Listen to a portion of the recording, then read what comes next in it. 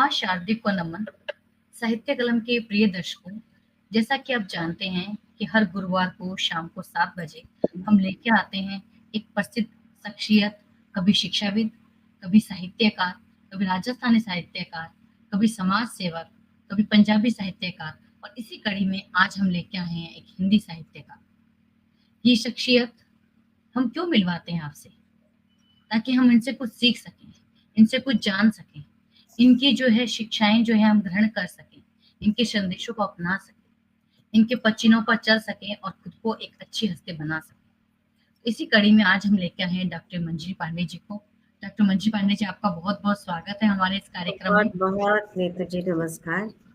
आपके पटल बहुत पर धन्यवाद। आकर अच्छा ये लगा हमारा जी। सौभाग्य है कि आपने जो है इतना कीमती समय हमें दिया। प्रिय जी जी। दर्शकों, डॉक्टर मंजरी पांडे जो शख्सियत हैं, वो कोई अनजान शख्सियत नहीं है, काफी जानी पहचानी है। यही वो है जो काव्या, जो पुस्तक है जो प्रकाशित हुई थी, जो काव्या की उपन्यास है, काव्य उपन्यास, उनकी मुख्य भूमिका में मुख्य अदाकारा के रूप में यही रही हैं। तो इन्हीं पर वो किताब लिखी गई है। साथ ही हाल ही में जो वनवास पिक्चर आई थी, उसके अंदर भी इन्होंने काफी अच्छी भूमिका निभाई है, यानी कि रंगमंच की भी अच्छी कमी है। आगे भी हम जानेंगे डॉक्टर मंजरी जी के बारे में, उन्हीं के शब्दों में। तो डॉक्टर मंजरी जी, मैं सबसे पहले जानना चाहूंगी आपका जीवन परिचय। जीवन तो बड़े मध्यम परिवार से हूँ, जैसे हम लोग आमतौर पर होते थे। और हम लोग 5 भाई बहन थे, जिनमें जो है हम 2 बहनें थी, जिनमें मैं बड़ी हूँ। एक छोटी बहन है मेरी, 3 भाई हैं हमारे। मेरे पिताजी पोस्ट मास्टर थे, और माँ जो है वो आम घरेलू महिला थी और आध्यात्मिक धार्मिक महिला थी। और मेरे नाना जी मिलिट्री में थे, सो एक बड़ा मिला जुला सहयोग था। बहुत सुंदर। तो जी। तो आपने ये जो है प्रेरणा कहाँ से ली कि आपको एक साहित्यकार बनना है, एक रंगकर्मी बनना है? हाँ, देखिए, प्रेरणा एक चीज़ और है नीतू जी, कि मुझे लगता है कि साहित्य, संगीत, कला, ये तीनों चीज़ें एक अनुभव की चीज़ है, एक महसूस करने की चीज़ है, और दिल की आवाज़ है, मैं कहूँ। तो ये दिल की आवाज़ जो है वो हर एक के अंदर से अपने आप निकलती है ना? जी। और अपनी अपनी ही सोच होती है। जैसे हम सारे 5 भाई-बहन थे, तो अब मेरे से छोटा भाई डॉक्टर है। तो उसके बाद वाला जो है वो सब साइंस साइड के फील्ड, उस फील्ड के हैं। मेरे घर में मुझे लगता है कि मैं ही इस क्षेत्र में आई। तो मैं बचपन में भी जब पढ़ा करती थी, तो एक मेरा रुझान हो गया इस ओर। और उसके लिए देखिए, पहले बहुत सारी चीज़ें हुआ करती थी, कि पहले स्कूल कॉलेजेस का भी माहौल एक दूसरा था। जिसको कह लें, एक बड़ा आत्मीय सा, मतलब टीचर्स भी जो होते थे वो बड़े आत्मीय लगाव के साथ होते थे। जी। तो हाँ, तो मुझे लगता है मेरी मैं अपने गुरु को प्रणाम यहीं से कर लूँ, कि मेरे संस्कृत की जो टीचर थी, गोदावरी मेहरोत्रा, मुझे आज भी बहुत अच्छी तरह याद है कि वो, मतलब उनको मैं कितना मानती थी। मैं उनके सामने जैसे एक अनजाना सा, अंदर से प्यार सा होता है, वैसा होता था। मैं उनको कुछ बोलती भी नहीं थी, ज़्यादा थी, संस्कृत में अच्छी भी थी, वो भी मुझे मानती थी। लेकिन उनके लगाव के कारण मैं, क्योंकि पहले तो हम लोग के यहाँ 9th क्लास के बाद स्ट्रीम चेंज होता था, तो हमें भी स्ट्रीम चेंज करना था। लेकिन मैं अपनी उस टीचर के लगाव के कारण मैंने कहा, नहीं, मैं साइंस साइड नहीं लूँगी, और मैं जो है आर्ट साइड से ही पढ़ूँगी। तो बस उस साइड से धीरे-धीरे कह लूँ कि साहित्य की ओर एक झुकाव होता गया, क्योंकि हमारे जो अधिकांश टीचर्स थे वो इस फील्ड के थे, हिंदी के, और एक बड़े अच्छे-अच्छे साहित्यकार के, जैसे अभी सूर्यबाला जी का नाम सब जानते ही हैं। तो सूर्यबाला जी की जो भांजी थी, रूमी, वो मेरे साथ ही पढ़ा करती थी।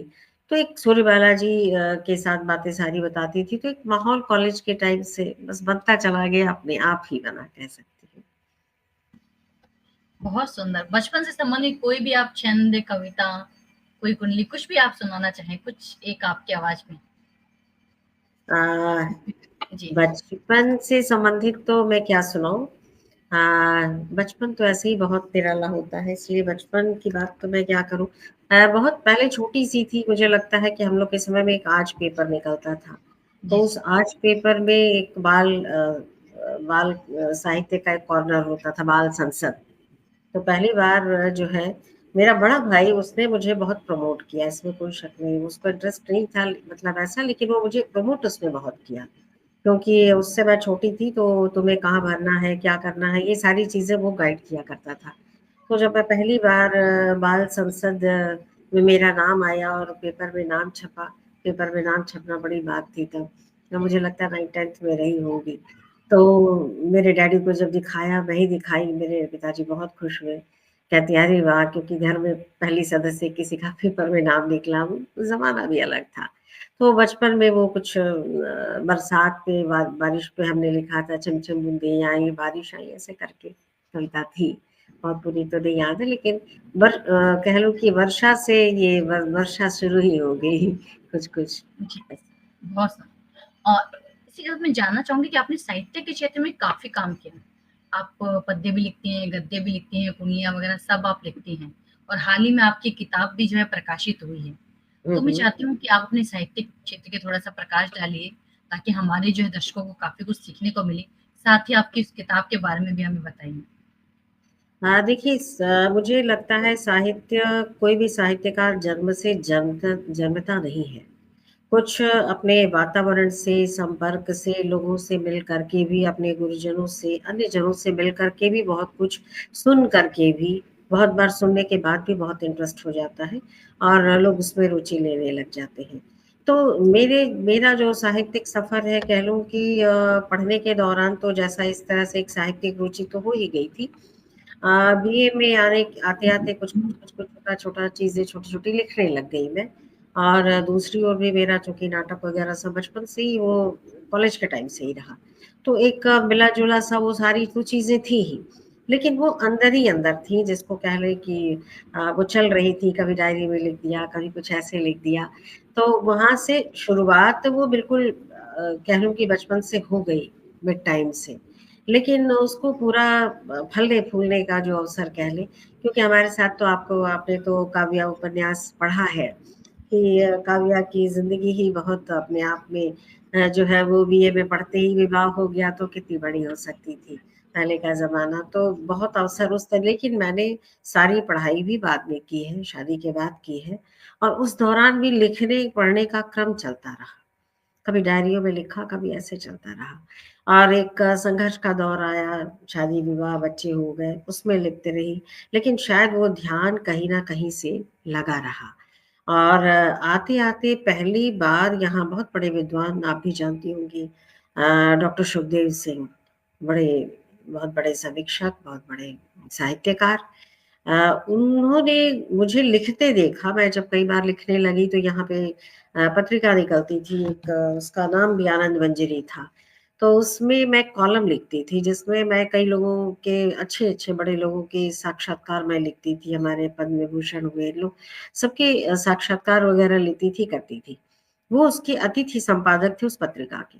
तो उन्होंने मुझे उस लिखने का उस कॉलम को देख कर के उन्होंने उनके संपादक से कहा कि ये लड़की कौन है?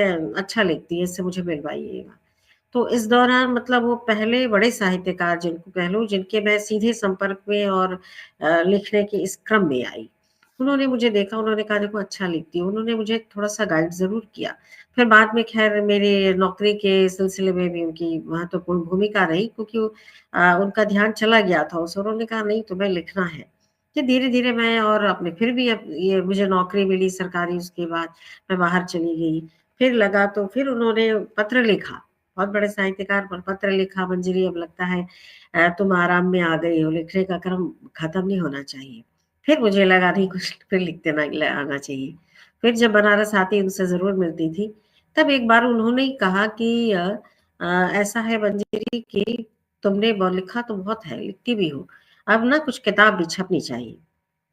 तो मैंने एक बार कहा भी मैंने कहा जो है क्षेम जी जो है क्षेम जी के साथ इन सब के साथ हमारा तब यहाँ आ गई तो कवि सम्मेलन और मंच जाने लग गई। तो उस समय क्षेम जी के साथ इन लोग के साथ बड़े-बड़े साहित्यकारों के साथ एक संपर्क हुआ। तो उनसे निश्चित रूप से बहुत एक संयम, साहित्य, अनुशासन सब कुछ सीखने को मिला, जो सीखनी चाहिए, जो आज के लोगों में कम है। क्योंकि रात पहले तो रात-रात भर कवि सम्मेलन और मुशायरा होता था और क्षेम जी जैसे थोड़े बुज़ुर्ग होने के बाद भी कहते भी थे पूरी रात बैठने की आदत होनी चाहिए। कवि को, साहित्यकार को।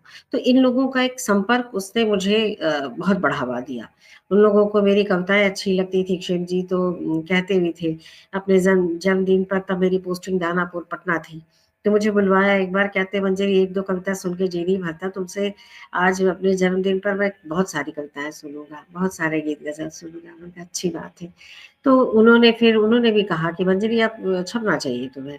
तो वो पहली किताब जो मेरी छपी, सफ़ीना, बिल्कुल एडिटेड नहीं है। जैसे आज तो सब चीज़ें एडिटेड हैं। हर लोग मतलब कवि और साहित्यकार भी एडिटेड का हो जाती है उनकी सारी चीज़ें। पर वो ज़माना भी नहीं था, हम लोग के समय में डिजिटल इतना वो नहीं था।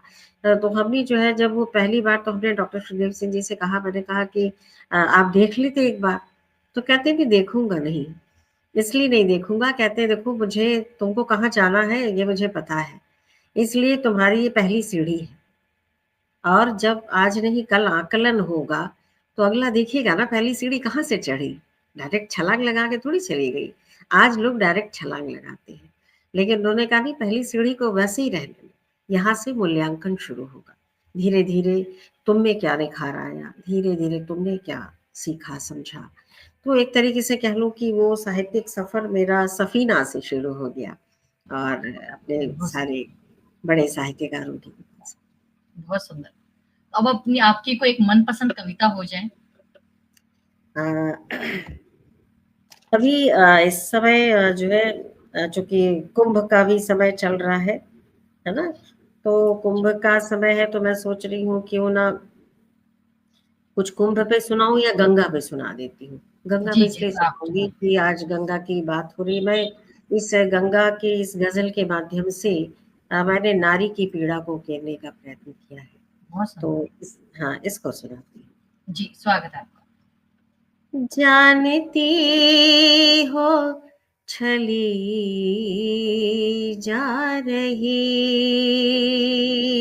हो, जानती हो छली जा रही हो, फिर भी पीड़ा सही जा रही हो। रोशनी थी उम्मीदों की कल तक, रोशनी थी उम्मीदों की कल तक, आज बुझती चली जा बहुत सुंदर। रही हो, फिर भी पीड़ा सही जा रही हो। तारने को सगर पुत्र आए, तारने को सगर पुत्र आए, खुद दया पर पली जा रही हो। और सोचती होगी किस भगीरथ को तुम याद करके, किस भगीरथ को तुम याद करके, अपनी धुन में बही जा रही हो। सोचती होगी क्यों शिव को छोड़ा, अच्छा होता उसी जटा में रह जाती। सोचती होगी क्यों शिव को छोड़ा, सोचती होगी क्यों शिव को छोड़ा, शव लिए किस गली जा रही। और जिस शेर के लिए ये लिखा गजल, वो शेर है जिंदगी महिलाओं पर ही है। जिंदगी आंसू में डुबो कर, जिंदगी आंसुओं में डुबो कर, अपनी किस्मत पढ़ी जा रही हूँ, मंजरी की तरह घुट रही हूँ, बहुत सुंदर। मंजरी की तरह घुट रही हूँ, सब समझती चली जा रही हूँ, जानती हूँ चली जा रही। ये थी गंगा प्रिय गजल। बहुत सुंदर वाक़ई जो है, समूह भांति इतनी मीठी आवाज़ में ऐसा लगता है माँ सरस्वती जो है साक्षात विराजमान है आपके कंठ में। और वाक़ई नायिका और राधिका दोनों को जो है आपने जिस जी, मानसिक जी। जो वर्णन किया है वाक़ई लाजवाब। अब मैं चाहती हूँ कि अपनी किताब के बारे में, जो नई किताब आपकी भी छपी है, उसके हाँ, बारे में हाँ। थोड़ा बताइए। वो किताब हमारे दर्शकों को दिखाते हुए थोड़ा बताइए उसके बारे अभी हमारी किताब जो है वो कैकेयी खंड का अभी छपी है, हाल में ही दिसंबर में लोकार्पण हुआ है। वो उत्तर प्रदेश हिंदी साहित्य संस्थान से उसके माध्यम से छपी है। तो उसमें कैकेयी के बारे में, चूँकि कैकेयी के बारे में बहुत सारी बातें तो सब कहते हैं और कई बार मुझसे भी कई बार लोगों से जब बात हुई, मैंने कहा कि आखिर कैकेयी का दोष कहाँ था? हम सारी चीज़ों को प्रारब्ध मान लेते हैं, सब पूर्व जन्म का होता है, सारी चीज़ें लिखा है वही होता है, तो कैकेयी ने जो किया वो लिखा नहीं था क्या? तो कुछ लोगों ने कहा नहीं, नहीं ये इसीलिए कैकेयी के बारे में कहीं नहीं लिखा है रामचरितमानस और रामायण, लेकिन मैंने फिर रामचरितमानस, रामायण, वाल्मीकि रामायण सब में देखा और सब में वर्णन है। रामचरितमानस में भी आता है वहाँ पे तुलसीदास ने लिखा है कि शिव जी जो है वो पार्वती को कथा सुना रहे हैं और उस कथा में सारी चीज़ें वर्णन कर रहे हैं कि ऐसा होगा, ऐसा हुआ और वो सारी चीज़ें उस दौरान जब बता रहे हैं, तो वो कहते हैं कि जब राम का राज्याभिषेक की बात होती है कि ऐसे-ऐसे राम का जन्म होना है। राम का जन्म किस लिए होना है, वो सारे जो है राक्षसों का संहार करने और तमाम विषमताओं को मिटाने के लिए राम का जन्म जो है वो इस धरा पर होना है, प्रभु का अवतार होना है। लेकिन उसके लिए एक अवसर तो होना चाहिए ना, अवसर कैसे तैयार होगा उस उनके जन्म के लिए? तो जन्म का अवसर तो चलिए हो गया, लेकिन अब वो वन में जाएँगे तब उनकी कार्य सिद्धि थी, क्योंकि उनकी ज़रूरत तो वहाँ थी, राक्षसों का संहार, फिर वो रावण तक पहुँचना, वो सारी चीज़ें बिना वन में जाए नहीं हो सकती थी। तो वन में जाने के लिए एक अवसर तैयार होता है। शिव जी कथा सुना रहे हैं, वहाँ पे वो लिखा हुआ है, दोहे में लिखा है कि कहते हैं शिव जी उनसे कि जिस समय राम के राज्याभिषेक की बात आती है, कैकेयी सबसे अधिक मानती थी। राम को ये सब लोग जानते हैं कि राम को सबसे अधिक मानती थी। लेकिन जब राज्याभिषेक की बात आती है, तो ये जो है अचानक की बात हुई कि दशरथ के मन में ये बात आती है कि अब हमारा चौथा पन आ रहा है और पहले ऐसा ही होता था, वो सन्यास आश्रम के हिसाब से भी। तो उन्होंने सोचा अब राम चूँकि बड़े पुत्र थे, इसलिए उनको जो है राज्यपाट सौंप करके अब मुझे वन में चले जाना चाहिए अपने उस आश्रम की ओर। लेकिन ये सब विचार करके और उन्होंने कौशल्या थी और बाकी अपने पहले मंत्रियों से सबसे विचार किया और विचार करने के बाद उन्होंने निश्चय कर लिया कि अब उनको जो है राज्याभिषेक कर देना। ये सारी बातें हो गई, राम तक ये खबर चली गई और दूसरे दिन उसके तमाम नियम अनुशासन होते थे। राज्याभिषेक के भी उसके अनुसार राम को तैयार होने की बात भी हो गई। जब कैकेयी ये मंथरा जब चढ़ती है सीढ़ियों पर तो उसने देखा तमाम सज रहा है, सब कुछ क्या कारण है? तो मंथरा को फिर वो खबर लगी, लोगों से पूछा भई क्या हो रहा है? तो कल राम का राज्याभिषेक होना है। वो आकर के जब कैकेयी को बोलती है, तो कैकेयी बहुत खुश होती है। उसमें वर्णन है कैकेयी बहुत खुश होती है, एकदम बिल्कुल जैसे नाचने लगती है और मंथरा बार-बार उसको धिरा रही है, "तुम क्यों नहीं समझती क्यों नहीं? क्यों नहीं समझती हो?" तो हुआ क्या कि उस समय उस मंथरा की जो मति को फेरने के लिए उन्होंने बताया कि मंथरा की मति को फेरने के लिए सरस्वती जी को देवताओं ने तैयार किया। देवताओं ने कहा सरस्वती जी से क्योंकि देवताओं को लगा कि अब ये राम का राज्याभिषेक हो जाएगा, तो में। ये जी। वन में कैसे जाएँगे? हमको राज्याभिषेक रोकना है। राज्याभिषेक किससे रुकवाएंगे? जो बहुत प्रिय आदमी है उसी से रुकवाएंगे। तो जी, सबसे पहले तो सरस्वती जी को माध्यम बनाया कि भाई आप कुछ ऐसा करो। सरस्वती जी ने पहले इनकार कर दिया कि नहीं, ये इतना अपराध मैं नहीं कर सकती हूँ।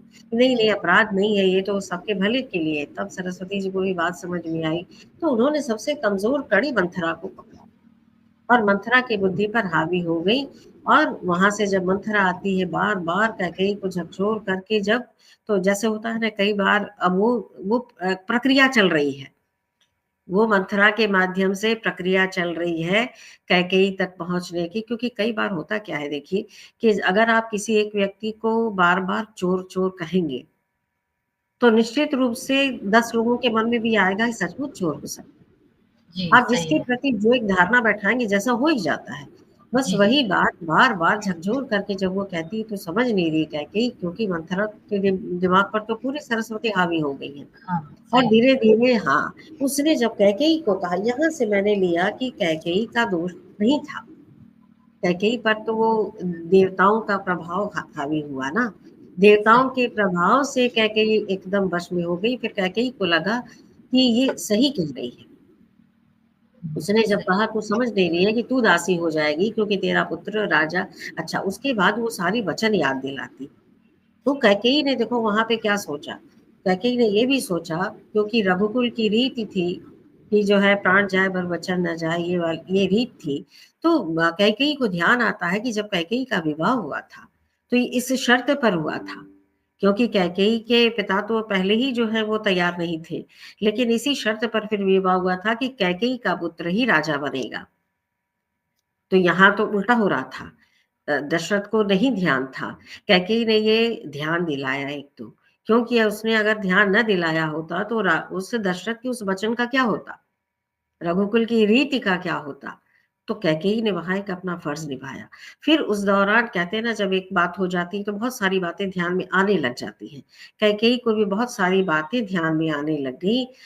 उसके पिताजी, चूंकि वो उनके पिताजी बहुत ऋषि मुनियों की सेवा करते थे, और कैकेयी भी बहुत संतों के प्रति बहुत सेवा अदा करती थी। तो इसको बड़ा वरदान भी मिला हुआ था। जैसे कहते हैं ना, जब उसके उनके रथ के उसमें पहिए में जो है, अपनी उंगली लगा देती है जब आक्रमण के समय में, तो वो उंगली लगा देती है क्यों? तो आप कोई भी समझ लो, कोई रथ का पहिया उंगली से नहीं रोक सकता। जी, लेकिन जी, चूंकि ऋषियों की सेवा से कैकेयी को ये वरदान था कि तुम्हारा ये हाथ लोहे का हो जाएगा, जी। लोहे जैसा इतना मजबूत हो जाएगा, इसलिए हुँ, वो उससे रोक पाती है। तो यहाँ कैकेयी सारी चीजों को, मतलब उसको मैंने ये इस तरह से लिया है इसमें, कि कैकेयी सच पूछो तो उस वंश की कुलवधू है। उसकी पूजा करना चाहिए, उसने वचन की रक्षा की। फिर उसको ऋषियों मुनियों की बात आती याद आती है कि ऋषियों ने ये भी कहा था कि जब दशरथ के बारे में बातचीत हुई होगी, तो उन्होंने चर्चा के दौरान सुना था, उस विवाह होना था की बात नहीं, चर्चा के दौरान कभी सुना था कि कोई ऋषि मुनि ये बता रहे थे कि जो है रघुकुल का वंश, वो दशरथ के बाद 14 वर्ष तक नहीं चलेगा, वो शापित है। 14 वर्ष तक नहीं चलेगा। इसलिए उसने 14 वर्ष का ही वनवास माना है। ठीक है ना? तो उसने यानी 14 वर्ष काफ़ी। का, बहुत कुछ मैंने इसके बारे में बहुत पूरा अध्ययन करके कैकेयी को पूरी तरीके से, कि कैकेयी ने जो किया वो कोई कर नहीं सकता था। और ईश्वर ने कैकेयी को, बाद में मैंने अपने उस काव्य में ये भी दिलाया है, कई बार कैकेयी टूटती है जब दशरथ उससे मिलने के लिए आते हैं, उसको मनाने आते हैं। तो वो आप सोचिए, नारी का कितना कोमल हृदय है, वो स्पर्श होते पिघल जाती, पिघल जी, सकती थी। इसलिए वो दूर छटकती है कि वो स्पर्श होने ना पाए, कहीं मैं अपने उद्देश्य से पिघल ना जाऊं। उसने पहचान लिया था ये प्रभु है, और मुझे अपने उस उद्देश्य को पूरा करना है। तो बहुत सारे बहुत कह लीजिए कि मैंने पूरी तरह से कैकेयी को तर्कों के साथ और उसकी भावनाओं के साथ, एक महिला की भावना जो हो सकती थी, मैंने उसके माध्यम से उसको भी प्रकट किया है कि वो कितना उसने बर्दाश्त किया, लेकिन हम केवल उसको दोष देते। जी, बहुत सुंदर। जी, मैंने इस पुस्तक में ये दिखाया। ये एक नज़रिए का जो है फेर है और देखा जाए तो हमारे पुरुष प्रधान समाज में हमेशा हर चीज़ के लिए नारी दोषी है। हाँ, बोलते हैं जो वनवास गए तो वो कैकेयी के कारण गए और हाँ, जो कुरुक्षेत्र का युद्ध हुआ तो द्रौपदी के कारण हुआ। यानी हर चीज़ में नारी का दोष निकाला गया। पुरुष ने हाँ, अपना जो है दोष कभी नहीं निकाला। नहीं, नहीं। तो वो भी एक ना तो हो सकता है कई बातों को ढका गया, जिन्होंने आपने जो है वो अनावरण किया, आपने बताया कि नहीं ये चीज़ जो है इस नज़रिए से भी देखी जा सकती है। बहुत बिल्कुल, अच्छा एक बिल्कुल। नज़रिया आपने इस जो है कविता के माध्यम से जो प्रस्तुत किया है। मैं चाहती हाँ, हूँ कि इस काव्य खंड में से कुछ अगर आप पढ़ पाएँ तो? कोई एक रचना कुछ? काव्य खंड से मुझे 1 मिनट, 1 मिनट।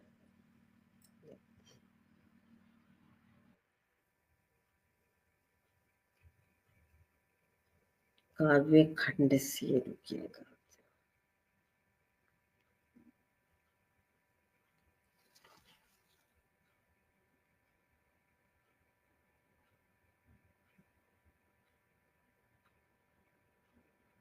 हुँ।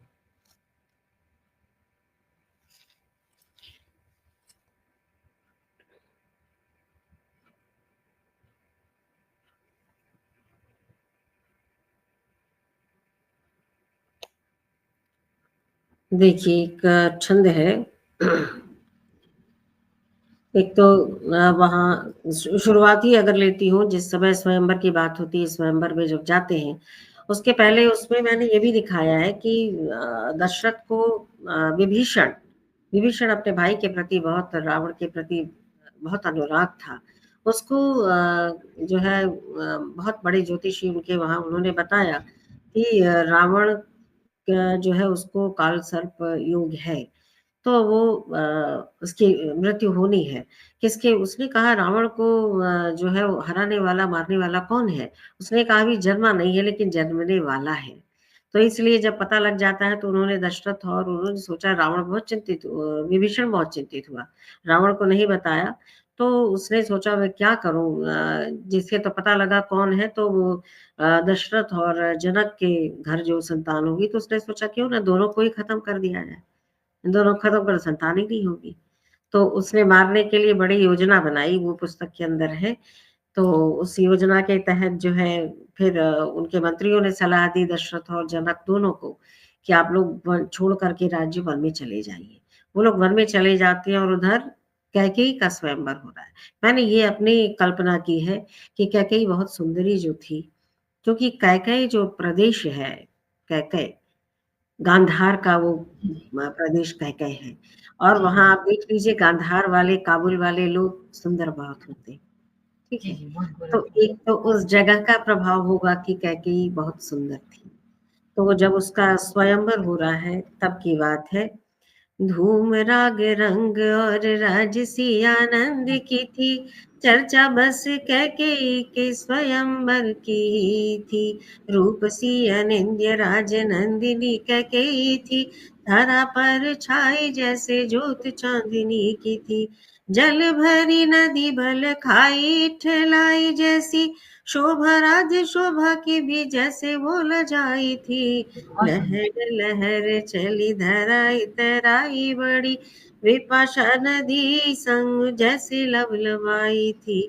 और वृक्ष हरे, वहाँ का माहौल, वृक्ष हरे भरे खूब मार्ग में रहे खड़े, करने अगवानी बोले के पात पावड़े, रंग रंग फूल खिले माग शर्माए खड़े, आंचल में फूल लिए सा डार झुकाए खड़े, ताप की न लगे आँच भार आप थाम खड़े, सीने में शीतलता की छाँव लिए थे खड़े, बहुत राह सुंदर। की थकान हो न मिल कर के वो खड़े, मात पिता से बिटप हाथ जोड़ है खड़े। इस तरह से मैंने अलग-अलग जैसे स्वयंवर का दे दिया। फिर उसके बाद आप समझिए स्वयंवर के बाद में स्वयंवर हो गया, रानी का विवाह हो गया और उसके बाद में जब वो अयोध्या आती है तो अयोध्या का एक अपना पूरा जो है सारा वो देख कर के और बीच में मैंने श्रृंगार भी दिया है जब वो लेकर के उसको आते हैं दशरथ जी रास्ते में, तो एक श्रृंगार का भी थोड़ा-सा पुट मैंने दिया हुआ था। मैं चाह रही थी कि अयोध्या से इसको थोड़ा-सा मैंने अलग से करके दिया है। देखिए अब अयोध्या में जब आती है कैकेयी, हुँ, जी, तब की बात है। ललक अयोध्या उठी बासी पुलकित हुए, स्वागत की आस लिए मन हर्षित हुए। पुष्प चुन चुन कर मालाएं बनाई गई, तोरण सजाई कहीं द्वार सज्जित हुए। लीप पोत गोबरी से रंग रोगन दीवारों पे, फूल मालाओं से हर घर सुवासित हुए। घर घर पताकाएं खूब फहराए रही, झूम झाम मन जैसे खूब हलसित हुए। बस्तियों में मिट्टियों के घर बोलने लगे, भित्तियों पर रेखाओं के चित्र डोलने लगे। पहले वो दीवार पर करते थे ना, जी, जी, जी। राजा रानी, और उसमें चित्र बनाते थे। राजा जी, जी। रानी पालकी माँ बैठे कहीं जाए दिखे, कहार डोली कांधे पे उठाए लिए दिखे। पालकी में बैठी रानी देख सब छाए रही, चादर झीनी लाज की होठ सुलगाए लगे। रूप लावण्य देख जनता अघाए रही, कैकेयी का पोल देख देख सब कुचाए लगे। इस तरह से है। बहुत सुंदर, बहुत सुंदर, बहुत खूब। एंड वो आती काफ़ी जो है है मम्मी। बाकी जो है बहुत सुंदर जो है एंड काफ़ी आपने लिखा है, और वाक़ई जो है मन में लालसा हो रही है, इसको पढ़ने की इच्छा जागृत हो रही है। बाकी जो जी, और काफ़ी कुछ सीखने को भी जो है मिलने वाला है इस कहानी से। काफ़ी नहीं कुछ बस जो ज़िंदगी। जिन हुँ, पाठकों ने पढ़ा होगा काफ़ी कुछ इससे सीखा भी होगा। बिल्कुल, बिल्कुल, बिना तो देखे तो ख़ैर नहीं हो सकता। थोड़ा-सा पहले और बता एक दो चीज़ और देखिए कि कुछ भी लिखने से पहले आपने अध्ययन बहुत किया है इस चीज़ का। ये ऐसे नहीं नहीं है देख जैसे कई बार जो है सीधा लिख देते हैं, आपने अध्ययन किया है, उसका गहन चिंतन किया है और तब जो है आपने जो है किताब प्रकाशित की है। देखिए, मैं तो यही कहूँगी कि किसी भी चीज़ को लिखने से पहले कायदे से अध्ययन करना ही चाहिए। जी, बिना अध्ययन किए, बिना चीज़ों को समझे, क्योंकि बहुत सारी चीज़ों का आजकल बड़ा तकनीकी ज़माना है। जी, जी, लोग जी। कह देते हैं, तो उसके लिए कुछ आपको तर्क प्रमाण तो रखना पड़ेगा कि हमने किस आधार पर लिखा। हमारा जी, भी जी। आधार होना चाहिए। जी। आपने एक रंगकर्मी के रूप में भी जो है पहचान बनाई है। रंगमंच पर हुँ। भी जो है रंग जी, बिखेरे हैं। जी, जी। उसके बारे में थोड़ा हमें बताइए? रंग कर्म का अनुभव भी जैसा मैंने बताया कि अपने कॉलेज के समय से ही चल रहा था, और मुझे याद है कि एक बार जैसे अक्सर मुझे कॉलेज में जब नाटक और इस तरह का रोल होता था, तो मुझे लड़का ही बना दिया जाता था। कई बार मैं कहती थी मुझे जब देखो लड़का क्या बना देते हैं। तो मेरी एक टीचर ने बड़े उससे कहा था, कहती है, "अरे लड़की तो हुई, लड़का बना देना अच्छी बात है, थोड़ी देर लड़के को जी लेते हैं।" तो उन्होंने कहा था, जब बड़ी अच्छी बात कही थी कि जब नाटक करते हैं तो हम उस पात्र को जीते हैं, है ना? उतने पात्र को हम जीते हैं, बहुत और उस सुंदर। दौरान हाँ, बिल्कुल, तो लगता है कि व्यक्ति परजीवी हो जाता है। नाटक करने से वह परजीवी हो जाता है एक तरीके से। मुझे याद है कि जब पहला बहुत समर्थ नाटक मैं कहूँ कृष्ण और सुदामा का, जिस समय वो वर्णन था जब कृष्ण जी जो है बैठे हुए हैं और सुदामा उनसे मिलने आते हैं, और वो सारा वर्णन किस तरह से चावल खाना ये वो, और किस तरह से कृष्ण का उनका पैर जो है धोना, काँटे निकालना, ये वाला सारा दृश्य था। तो उसका जो पीछे से बैकग्राउंड जो गाना था, शीस पगान जगा तन में प्रभु आए के ही गाँव, ये वाला सारा गाना मेरे वहाँ मास्टर साहब थे हमारे संगीत के, बहुत अच्छा गला, बहुत अच्छा गाते थे कामेश्वर मठ साहब जी, और मुझे उसमें सुदामा बनाया गया। वो मेरा बहुत आज तक मुझे बहुत याद है कि जब मैं सुदामा बनी, तो जितने लोग मेरे यहाँ हॉल में देखने वाले थे, सबकी आँखें डब-डबा गईं। जिस समय वो कृष्ण का वो प्रसंग निकालना, और उसके पहले मुझे बार-बार मैं कहती थी, "मुझे क्या सुदामा बना दिया, फटे-आलम हम नहीं पहनेंगे।" तो मेरी टीचर ने कहा, "कोई नहीं, हम वो ताबड़ लगा के बना देंगे, ठीक है।" लेकिन उसके करने के बाद जैसे एक कह लूँ कि मेरा आत्मविश्वास जगा, क्योंकि रोल कभी छोटा-बड़ा नहीं होता है।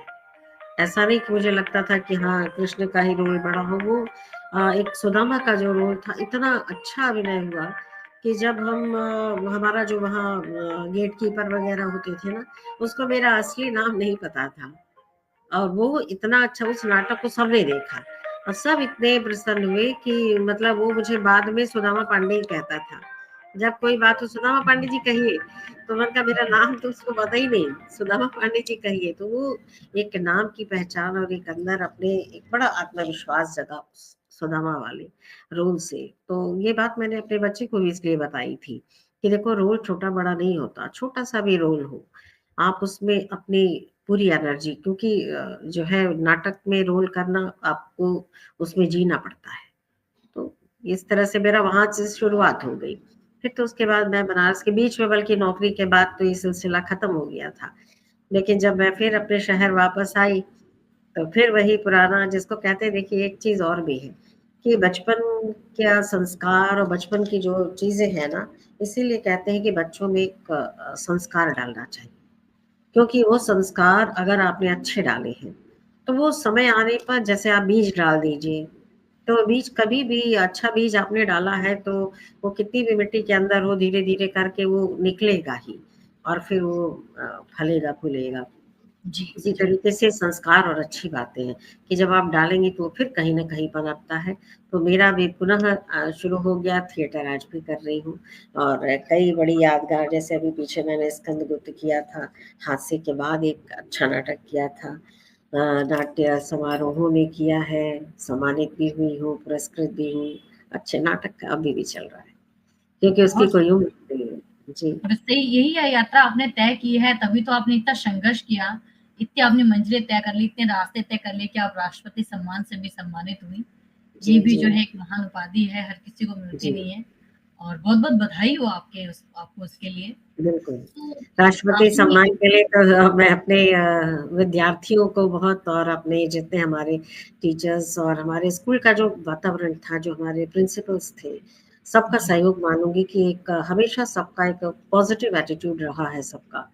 तो उसने भी मुझे ज़रूर इसके लिए प्रोत्साहन दिया बराबर। जी। बहुत सुंदर। अब मैं चाहती हूँ कि मंजरी जी, आपने इतनी जो है अचीवमेंट मेक किया है, इतना कुछ पाया है, ज़िंदगी में इतने संघर्ष करके भी आपने जो है अपनी ज़िंदगी को इतना आगे बढ़ाया है। तो अब जाते-जाते हमारी युवा पीढ़ी को, ख़ास करके आज के जो नए साहित्यकार हैं, उनके लिए क्या संदेश देना चाहेंगे? देखिए आज के की जो नई पीढ़ी है, ख़ास तौर से मैं देख रही हूँ आजकल, यहाँ भी देख रही हूँ, सब जगह देख रही हूँ, जब से ऑनलाइन हो गया तब से भी बहुत देख रही हूँ। ऑनलाइन का एक फ़ायदा तो हुआ कि साहित्यिक सोच-समझ बहुत फैली है। सबके मन में एक कुछ लिखने-पढ़ने का, क्योंकि कविता, कहानी जो भी है, ये साहित्य, संगीत, कला, मुझे लगता है कि हर इंसान में होती है। कम हो, ज़्यादा हो, लेकिन होता सब में है। अब उसको किस तरीके से एक तारतम्य में बिठाना, वो एक आना चाहिए। वो धीरे-धीरे, लेकिन आज की जो ख़ास तौर से युवा पीढ़ी है, उसमें एक सबसे बड़ा दोष है कि बस 2-4 भी लिख लिया कविताएँ, फटाफट वो फ़ेसबुक पे डाल दो, उसमें डाल दो, उसके बाद एक जल्दी-जल्दी एक किताब छपवा दो, और उसके बाद लोकार्पण करो। ये एक फ़ैशन चल पड़ा है। लेकिन कायदे से मैं तो युवा पीढ़ी को अभी भी कहूँगी, इसीलिए सब साहित्यकार नहीं हो सकते। मैं आज भी अपने को साहित्यकार नहीं कह सकती। साहित्यकार होने के लिए आपको पूरा साहित्य का इतिहास पढ़ना होगा, न केवल हिंदी साहित्य का इतिहास, बहुत सारे साहित्य का इतिहास पढ़ना होगा, उस समय के साहित्यिक माहौल को पढ़ना होगा, क्या विधाएँ लिखी जाती रहीं जो आज हैं कि नहीं हैं, ये देखना होगा, है ना? तो और आज की जो युवा पीढ़ी है उसको बहुत पढ़ना चाहिए पहले, स्पेशली। तो बिना पढ़े आप जो है कुछ लिख नहीं सकते, आपको बहुत सारा अनुभव लेने के लिए आपको पढ़ना पड़ेगा। और पढ़ने के बाद क्योंकि आप परिपक्व हो जाएँगे, बहुत सारी विधाओं से आप परिपक्व हो जाएँगे। ये भी बात सही है कि सबकी सारे विधाओं में रुचि नहीं हो सकती, या होगी भी तो वो उतनी ज़्यादा परिपक्व नहीं हो सकती। कोई गीत गज़ल लिख सकता है, कोई कविताएँ बहुत अच्छी लिख लेता है। तो आपकी जिसमें आपकी रुचि हो, उसको बहुत पुख्ता तरीके से लेके चलिए। और उसका, जैसे अब आजकल सोनेट का ज़माना नहीं रहा। जी। सोनेट पहले बहुत लिखे जाते थे, आजकल सोनेट का ज़माना कम हो गया है। तो अब क्या है, बहुत से जो नए बच्चे हैं उनको सोनेट पता भी नहीं होगा। तो पहले तो सारी चीज़ों को हमें जानना पड़ेगा, छंद है तो कितने सारे छंद हैं, मात्राएँ हैं, मात्राओं को गिनना कैसे है, ये सारी चीज़ें पहले जान के अच्छी तरह से, केवल हमने लिख दिया, वो चाहे जो भी, ख़ास तौर से मुक्त छंद ने इस मामले में जो कि अच्छा है, मुक्त छंद की में भी एक प्रवाह होना चाहिए। और आज तो जैसे-तैसे जोड़ दिया, लाइन कर दिया, प्रवाह नहीं है तो फिर वो तो कविता भी नहीं है। जी। तो मैं यही कहूँगी युवा पीढ़ी को बहुत अध्ययन करें, और उसके बाद लेखनी सशक्त हो जाएगी, तब लिखें। बहुत-बहुत धन्यवाद मंजू जी, काफ़ी कुछ जो है आपसे सीखने बहुत-बहुत को मिला। हाँ, नीतू जी बहुत-बहुत आपके साहित्यिक मंच के लिए बहुत-बहुत आशीर्वाद और आपने आपने जो बहुत कीमती समय अपना दिया और इतनी अच्छी-अच्छी बातें बताई और इतना अच्छा संदेश आपने हमें दिया और मुझे पूरा भरोसा है कि हमारे दर्शक जो है इस संदेश को अपनाएँगे, इससे कुछ सीख लेंगे। आपके संघर्ष से, आपकी उपाधियों से, आपके अध्ययन से और आप ये जो है अलग हटकर जो सोचती हैं, जैसे आपने ये केकई का जो कालखंड लिखा है, तो उससे जो अलग हटकर जो सोच है, वो नज़रिया जो है अपनाने की ज़रूरत है। तो मेरे ख्याल नहीं, से बहुत कुछ बार हमारे क्या होता है ना कि लोग केवल हम आगे बढ़े ऐसा नहीं सोचना चाहिए। हमें समाज को साहित्य समाज का दर्पण ऐसे ही थोड़ी कहा गया है। इसलिए कहा जी, गया है कि हमें समाज की सोच को लेके चलना चाहिए। जैसे मैं जी, 13 साल से कवित्री सम्मेलन करा रही हूँ, क्योंकि उस समय जब मैं काशी में आई थी तो इतनी कवित्रियाँ नहीं थी। तो जी, उनको मैं आज तो बहुत सारी कवित्रियाँ हो गई हैं और अधिकतर हमारे उस मंच से निकली हैं। इस बात का मुझे बहुत गर्व होता है, प्रभु की कृपा भी मान सकती हूँ।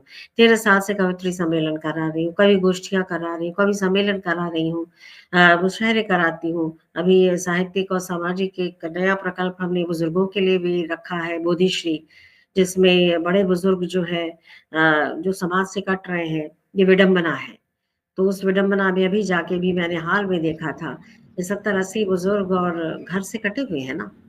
तो जी। ये साहित्यिक समझ हमारी होनी चाहिए और साहित्यिक समझ के माध्यम से उनको भी हम किस तरह से एक मुख्य धारा में लाएं। इस बार मैंने वसंतोत्सव उनके साथ मनाने का सोचा है। वो लोग बड़े उत्साहित हैं। ये बहुत सब सुंदर, बहुत साहित्य का सुंदर, कर्तव्य है। बहुत सुंदर तरीके से आप अपना कर्तव्य निभा रही हैं और साथ ही जी आप जो है आने वाली पीढ़ी को भी सीख दे रही हैं। वो जो जी आपने जी बोला ना कि संस्कार के बीज डालना, वो शायद इसे ही कहते हैं कि संस्कार के बीज डालना, हर किसी को बिल्कुल साथ लेकर के चलना, एक अपना एक नज़रिया रखना कि सभी सही है और एक जो है कहते हैं ना पॉजिटिव वे में सोचना, सकारात्मक सोच रखना बहुत ज़रूरी है। बहुत-बहुत धन्यवाद मंजरी जी आपका बहुत बहुत कि आप आभार आए नीतू हमारे जी। मंच पर, हमारे मंच को जो है बहुत इतना बहुत जितने दर्शक जितने जो भी देखेंगे सुनेंगे सबको आभार नमस्कार। धन्यवाद। जय हिंद जय भारत।